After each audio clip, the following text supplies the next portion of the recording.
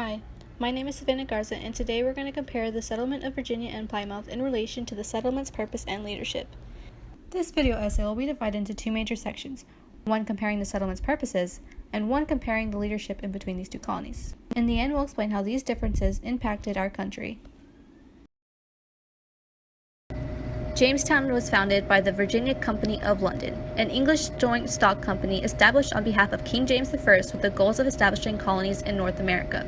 The company hoped to profit from natural resources in the New World and launched an intensive campaign to gain interest from investors and potential volunteers.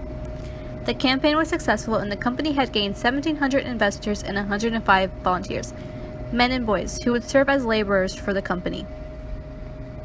Plymouth was founded by a group of separatists, specifically a congregation led by William Bradford, who sought to flee religious persecution and tension.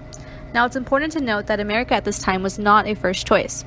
The group had initially gone to Leyden, where they gained religious freedom but found the industrial customs rather difficult to integrate to, as an agricultural community.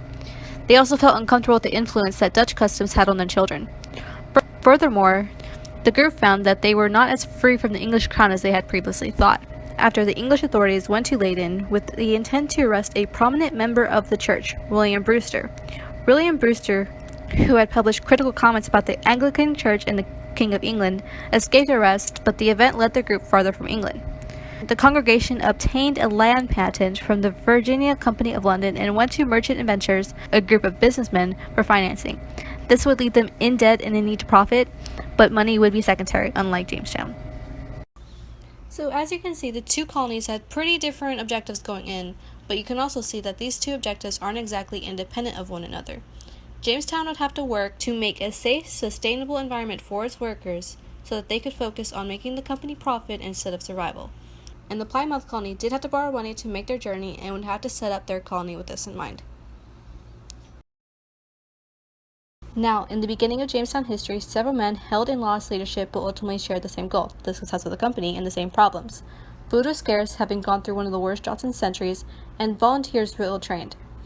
Men were getting sick and were often too tired to work, and it was not common for leaders to be accused of hoarding food for themselves. They received an immense amount of pressure from both the colony and the kingdom, and the first two presidents, Wingfield and Radcliffe, were taken from power for these reasons. However, when we hear about the history of Jamestown, one name stands out the most: John Smith. John Smith was extremely committed to the colonization of the New World and spent his time writing books and maps essential to encouraging English colonization. He pushed for better workers and pushed his workers to be better, successfully. Despite the harsh environment, attacks from the native Powhatans, and uncooperative settlers, the colony remained resilient. In contrast, the Plymouth colony leadership had a lot more trust from its settlers. The Pilgrims were to elect a governor every year, and after the untimely death of their first governor, Carver, William Bradford took over. Unlike in Jamestown, the governor's primary objective was to make things work for everyone as much as possible and to keep the position safe. In this, Bradford was highly successful. He held the position for over 30 years intermittently and relied heavily on his key advisors to run the colony. He cared about the colony greatly and appeared to be beloved by the colony, pilgrims and non-pilgrims alike. He kept records of everything and turned his journals and these records into an extensive account of the Plymouth colony. The documents would circulate in England and promote more journeys of the like to America. One major component of the nature of these two leaders is the nature of the colonies themselves. The Pilgrims appeared to have a lot more trust in leaders, while the settlers in Jamestown seemed more wary of theirs. It appears that this increased amount of trust can be attributed to Plymouth's community-based objective, while Jamestown's lack of trust can be attributed to their wealth-based objective. An interesting similarity between these two leaders is their role in promoting more colonization to the Americas through their documents from the time. Overall, Smith and Bradford were resourceful, wise, had the ability to rally the settlers, and were very successful leaders.